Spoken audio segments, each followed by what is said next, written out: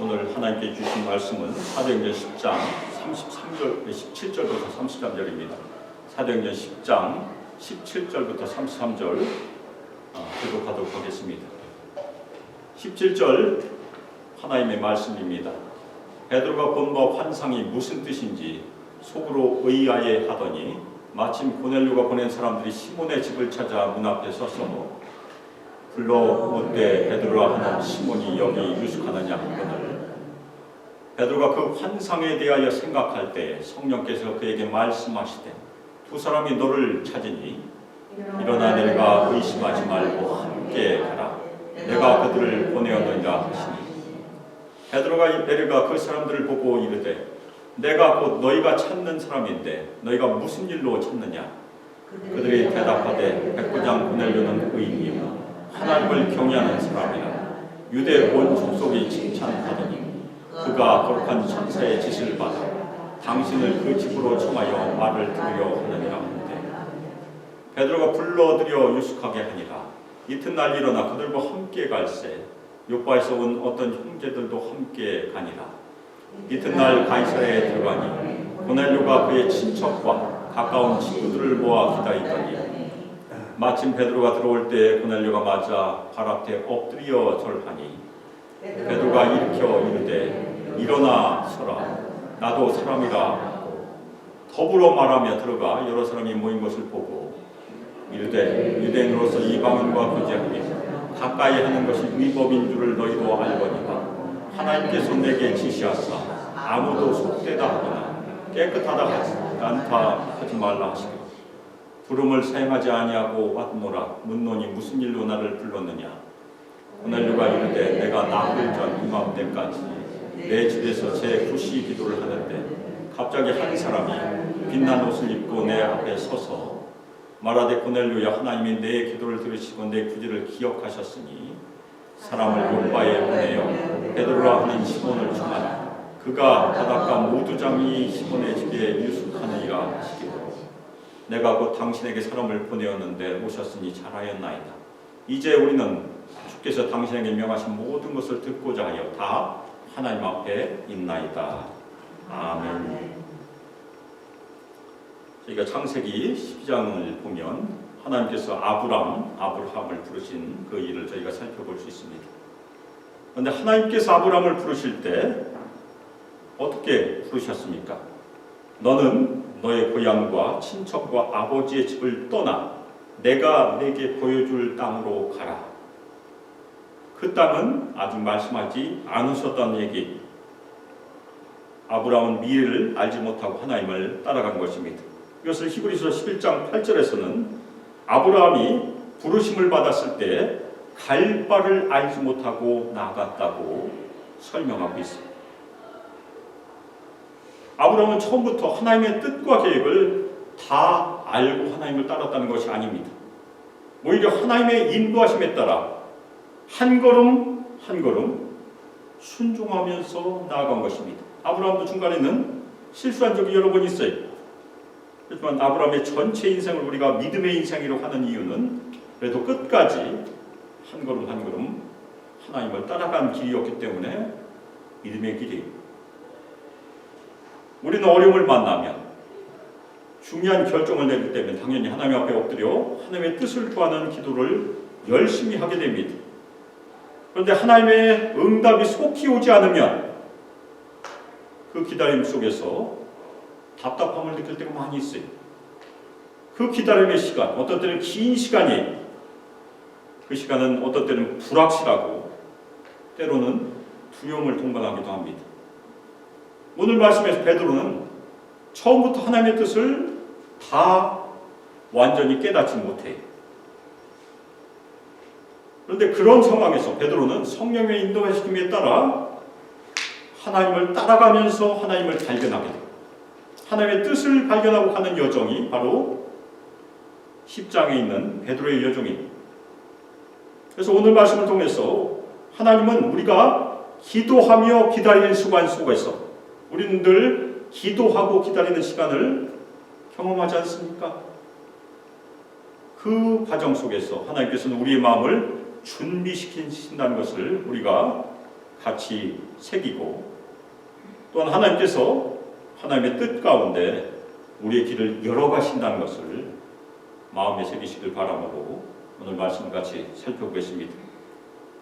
베드로는 자신이 본 환상이 무엇인지 처음에 알지 못했어요. 그래서 그 환상 때문에 크게 당황하고 있었습니다.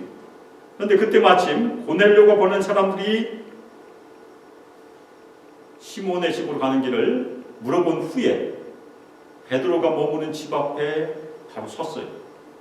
정오의 환상을 봤는데 정오에 도착한 것입니다.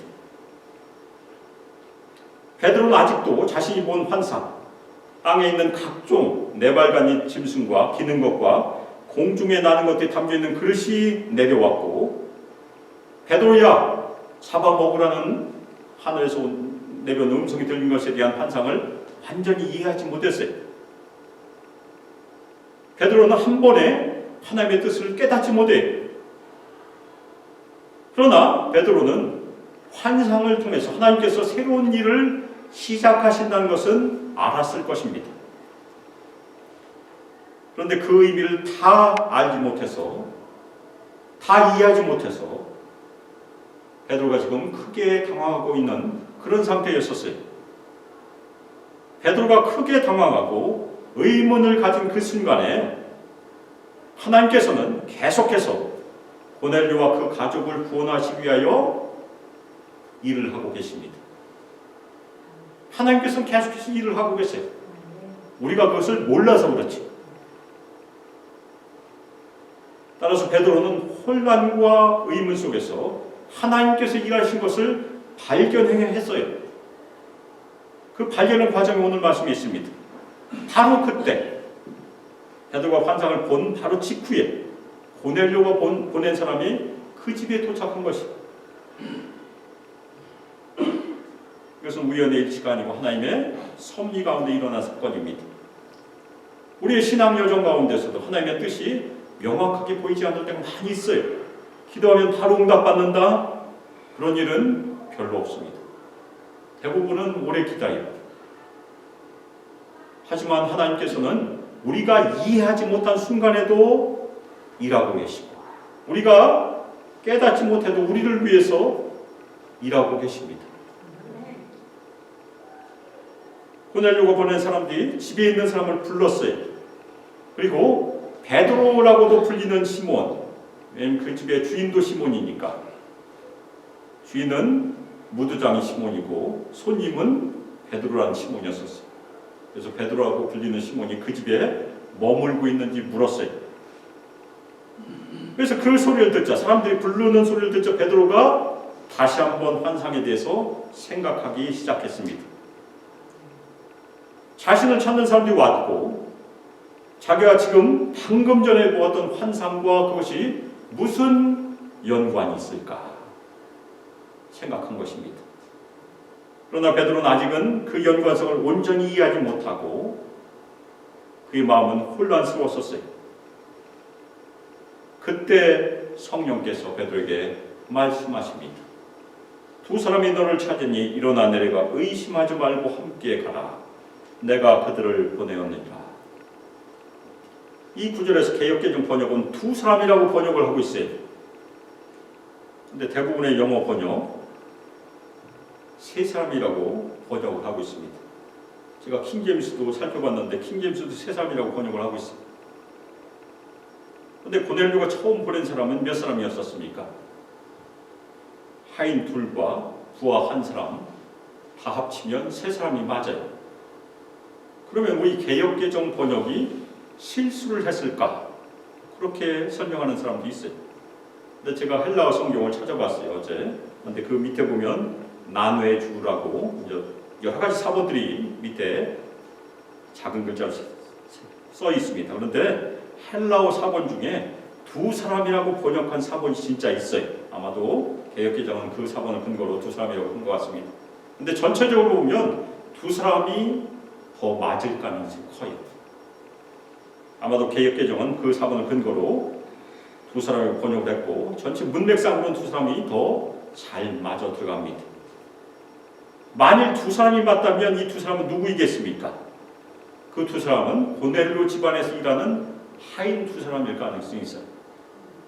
같이 간 병사는 누구입니까? 호위병이에요. 하룻밤을 지나서 가야 되니까 호위병 하나를 딸려서 보낸 것입니다. 호위병은 당연히 로마 사람이죠. 근데 이 하인 두 사람이 과연 누구일까? 로마인일까 아니면 유대인일까? 우리가 추측해 볼 수 있어요. 성령께서는 베드로가 아직 어디로 가야 하는지를 말씀하지 않으셨어요. 그냥 따라가라고만 했지. 종착역을 아직 말씀하시지 않았습니다. 베드로는 혼란스러웠지만 성령님은 그 혼란 속에서 분명한 음성으로 베드로에게 말씀하신 것입니다. 우리도 베드로처럼 불확실한 상황을 경험할 수 있어요. 그때는 우리가 어떻게 됩니까? 기도함으로 성령의 인도하심에 따라 기다리면서 귀를 기울여야 합니다. 하나님의 음성을 기다려야 돼요. 오늘 말씀에서 우리에게 주는 중요한 교훈은 무엇입니까? 하나님은 우리가 이해하지 못한 순간에도 인도하고 계세요. 그리고 의심하지 말고 함께 가라는 이 말은 우리에게 무엇을 던져주고 있습니까? 우리가 하나님의 계획을 완전히 이해하지 못하더라도 우리는 하나님의 음성을 듣고 순종하여야 한다는 것을 말씀해 주고 있습니다. 우리도 우리 스스로에게 물어봐야 됩니다. 우리 각자도 하나님의 음성을 들을 준비가 되어 있는가? 되어 있습니까? 그러면 우리 각자가 하나님의 음성을 듣기 위해서 우리는 무엇을 매일 실천하고 있습니까? 여러 가지를 우리가 실천하고 있잖아요. 매일 기도하고, 매일 말씀 읽고 듣고, 매일 묵상하고, 매일 암송하고, 그 다음에 더 하나 한다고 그러면 하나님 앞에 잠잠히 무릎 꿇고 기다리는 기도. 아멘. 그리고 우리가 침묵기도라고 불러요. 침묵기도. 저도 매일은 아니지만 자기 전에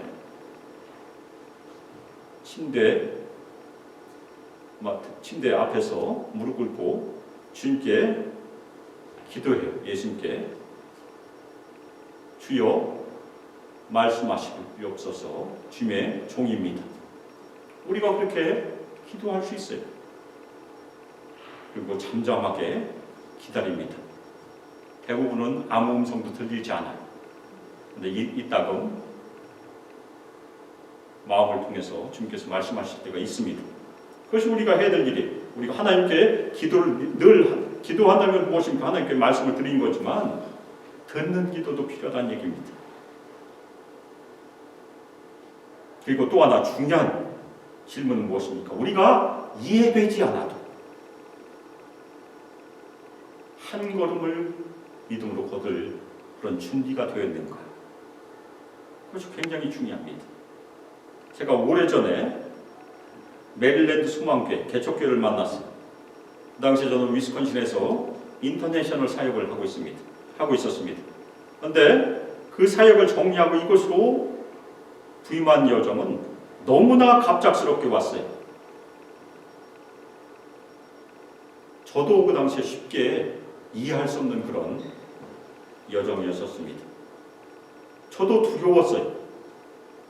걱정스러웠어요. 근데 그때 제 앞에 열림을 두신다는 예수님의 약속에 제가 의지함으로 한 걸음을 내디뎠는데, 한 걸음이 여기 메릴랜드 온 것입니다. 물론 오랜 시간 운전을 했지만, 근데 주님의 은혜 가운데 부족하지만 사역을 계속하고 있습니다. 지금도 제가 70번을 타고 40번을 들어오면서 제가 옛날에 처음 살고 있던 집을 지나갈 때마다 늘 감사해요. 누구에게 감사하겠습니까? 저를 위스콘신에서 들어주신 우리 개척 멤버들에게 감사합니다. 안 불러주셨으면 저는 위스콘신에서 추운 데서 계속해서 고생하고 있겠죠.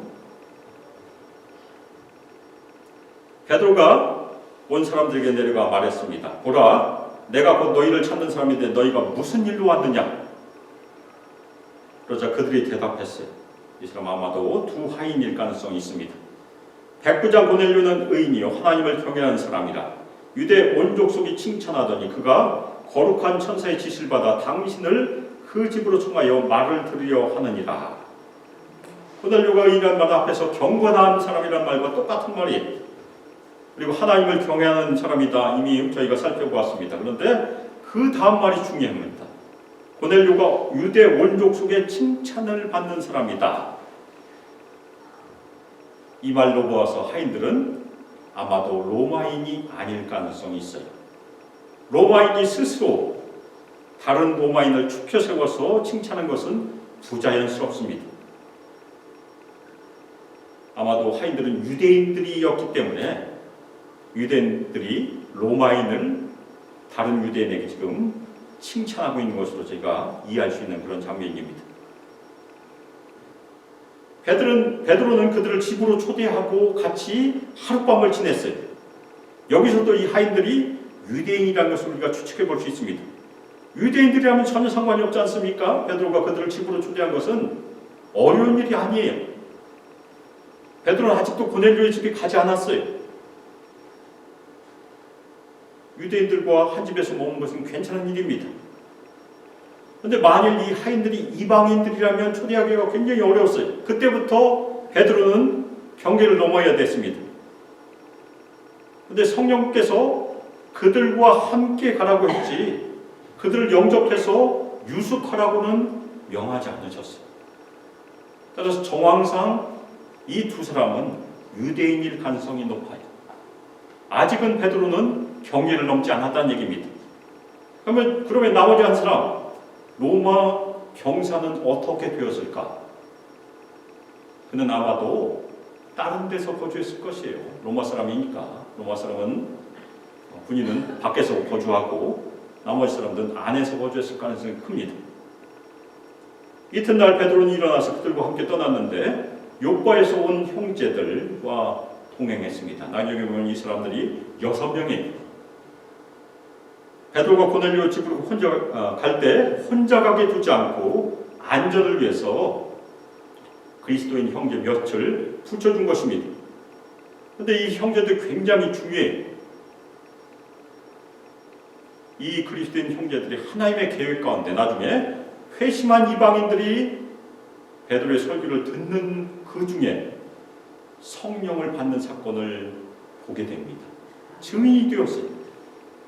그리고 그 다음에 이 이방인들에게 침례를 주는 사람은 베드로가 아니고 이 형제들이에요. 그래서 이 사람들도 중요한 역할을 감당합니다. 이튿날 베드로가 가이사랴에 도착을 했어요.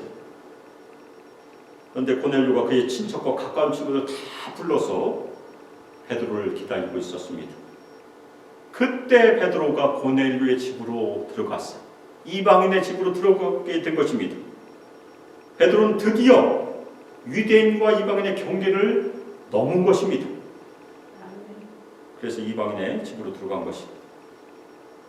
고넬료가 베드로를 맞아서 그의 발 앞에 엎드렸어요. 그리고 절했습니다. 고넬료는 로마군의 장교예요. 정복자의 장교인데 피정복자 앞에서 무릎을 꿇고 절한다는 것은 상상이 가지 않는 일이에요. 근데 고넬료가 왜 이렇게 했겠습니까?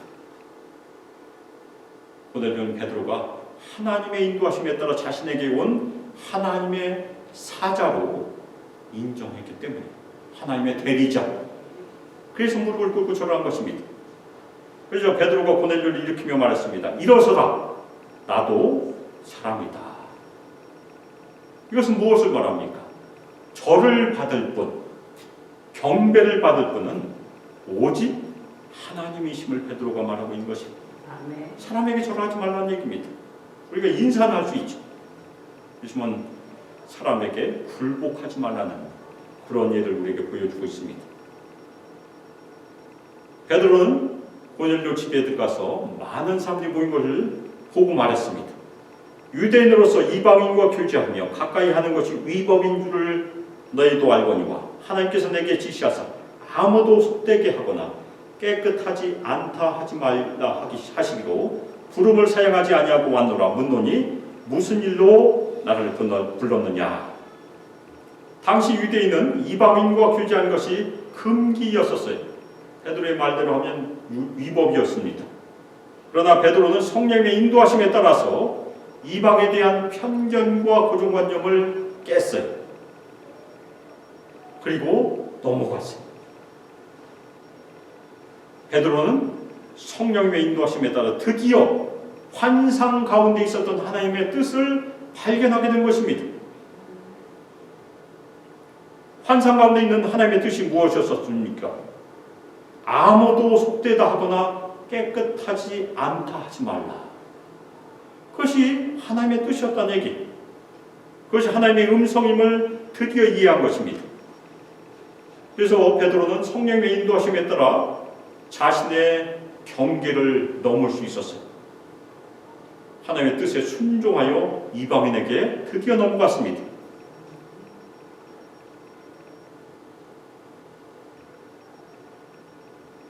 우리가 여기서 무엇을 발견할 수 있습니까? 하나님의 뜻은 어떤 때는 우리가 편견과 고정관념을 깨야 발견할 수 있다는 얘기. 그리고 하나님의 뜻에 순종할 때 복음의 문이 열린다는 것입니다. 그래서 우리가 나중에도 또 살펴보게 됩니다. 우리는 우리의 편견과 고정관념 때문에 하나님의 뜻을 제한할 때가 많이 있어요. 따라서 우리가 가져야 될 용기가 무엇입니까? 우리는 하나님의 부르심 앞에서 우리의 고정관념을 깨야 돼요. 우리가 가는 곳만 열심히 가게 되면 만날 사람을 계속해서 똑같이 만나게 됩니다. 어떤 때는 다른 식당도 가고 다른 커피숍도 가고 다른 미용실도 갈 줄 알아야 된다는 얘기. 그래야 새로운 사람을 만나게 됩니다. 어떤 때는 우리가 위스콘신 원주민 선교도 가야 되죠. 그것도 경계를 넘는 일이에요. 고넬료가 베드로의 질문에 대답을 하였습니다. 내가 나흘 전 이맘때까지 내 집에서 제 구식기도를 하는데 갑자기 한 사람이 빛난 옷을 입고 내 앞에 서서 말하되 고넬료야, 하나님이 내 기도를 들으시고 내 구절을 기억하셨으니 사람을 요바에 보내어 베드로라 하는 시몬을 청하라. 그가 바닷가 무두장이 시몬의 집에 유숙하느니라 하셨습니다. 이것은 지난 주일에 저희가 살펴보았던 하나님의 사자가 나타나서 고넬료에게 말한 내용 그대로를 다시 한번 얘기하는 것입니다. 근데 33절 말씀을 보면 내가 곧 당신에게 사람을 보내었는데 오셨으니 잘하였나이다. 이제 우리는 주께서 당신에게 명하신 모든 것을 듣고자 하여 다 하나님 앞에 있나이다. 고넬료는 베드로가 기꺼이 초대를 받아들이고 유대인과 이방인의 경계를 넘어서 자신에게 온 것을 감사하고 있어요. 그 다음에 더 중요한 것은 고넬료와 거기에 모인 모든 사람이 베드로의 입을 통해서 전해지는 하나님의 말씀을 듣기 위하여 하나님 앞에 하나님 면전에 와 있다는 얘기. 우리는 얼마나 하나님의 면전에 서고 있습니까? 우리는 얼마나 하나님의 말씀을 들을 준비가 되어 있습니까? 고넬료는 기도 가운데 하나님의 응답을 열심히 기다렸어요. 드디어 하나님은 베드로를 통해서 그 바람에 대답해 주신 그런 사건이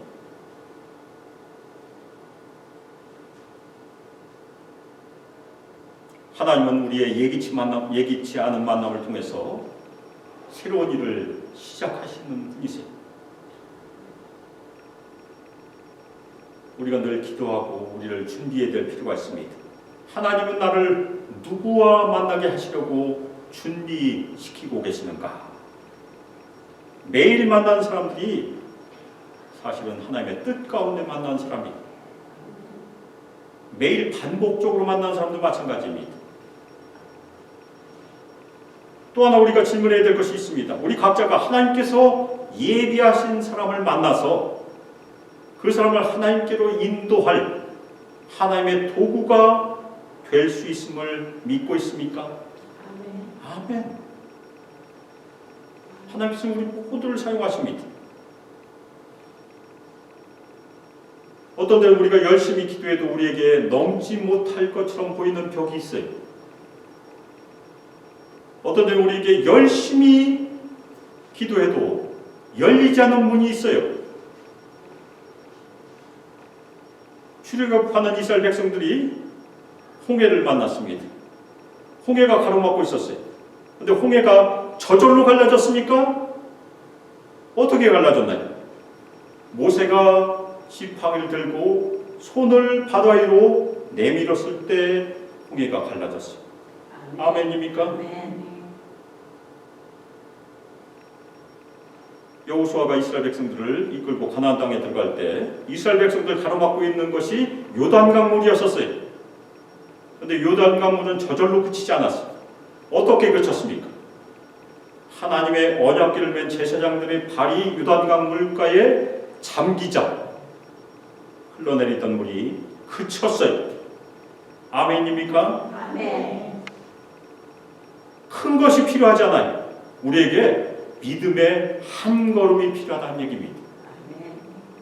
우리 모든 성도들 믿음의 한 걸음을 내디시기를 주님의 이름으로 축원합니다. 아멘.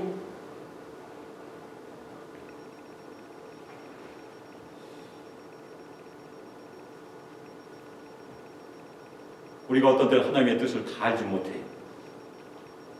그렇지만 우리 앞에 하나님께서 열린 문을 두시고 인도하신다는 것을 믿음으로 믿고 한 걸음 한 걸음 나아가는 용기가 우리에게 필요합니다.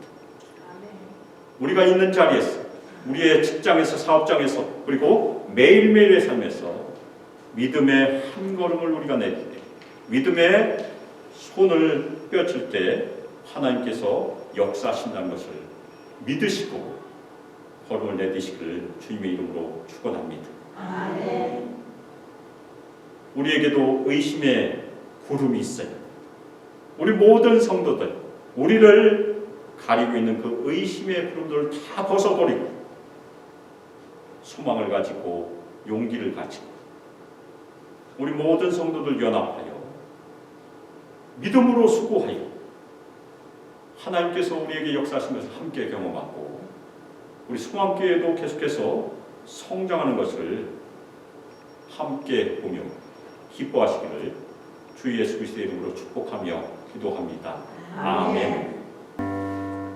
이제는 주 예수 그리스도의 은혜와 하나님의 사랑과 성령 하나님의 교통 교제하시고 우리에게 권능을 부어주시고 충만히 마시고 우리 모두를 인도하시고 이 땅에서 예수를 늘 신실하게 믿음으로 주님께 엎드려 순종하고 매일매일 주님의 말씀에 귀 기울이며 주님의 말씀에 순종함으로 믿음의 한 걸음을 내딛어 우리 모든 성도들 연합하여 우리 수망교회가 계속해서 성장하기를 소망하며 결단하는 우리 수망교회 모든 성도들과 청년들과 유수아이들 위해 영원토록 함께하기를 주 예수 그리스도의 이름으로 축복하며 기도합니다.